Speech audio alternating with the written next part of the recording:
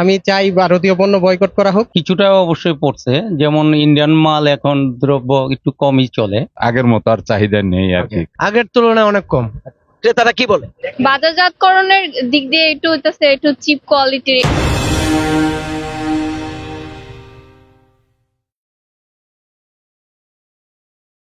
আমি চাই ভারতীয় পণ্য বয়কট করা হোক, কারণ বাংলাদেশি পণ্যে অনেক বাজার আছে, বাংলাদেশে অনেক সম্ভাবনাময় বাজার আছে। বাংলাদেশের পণ্য ব্যবহার করলে আমরা সব দিক দিয়ে ভালো থাকবো ইনশাআল্লাহ। বাজারজাতকরণের দিক দিয়ে একটু হইতেছে একটু চিপ কোয়ালিটির, এগুলো একটু মানসম্মত করলে বাংলাদেশের মানুষ এগুলো ব্যবহার করতে একটু স্বাচ্ছন্দ্য বোধ করবে। আপনার কি মনে হচ্ছে সামনে কি এটার প্রভাব পড়তে পারে?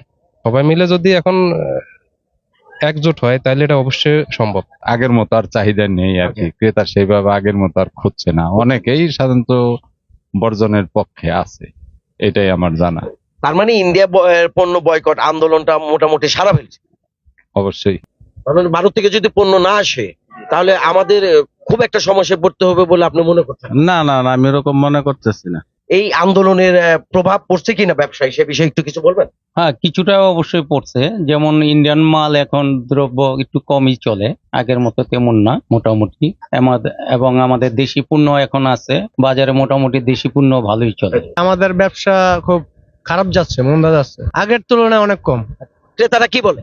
জিনিস পণ্য দাম বেশি, খাদ্য পণ্যের দাম বেশি, এই কারণে পোশাক আশাক সব দিক দিয়ে কেনাকাটার দিক দিয়ে দুর্বল হয়ে আছে, কিনতে চায় না মানুষ। ইন্ডিয়ান পণ্য বয়কট আন্দোলনের কারণে বিক্রি কমে নেই? সেটা সঠিক বলতে পারবো না, আমি সব মিলিয়ে বলতেছি, এই জন্য মনে হয় আমাদের বেচাকেনাটা খুব কম।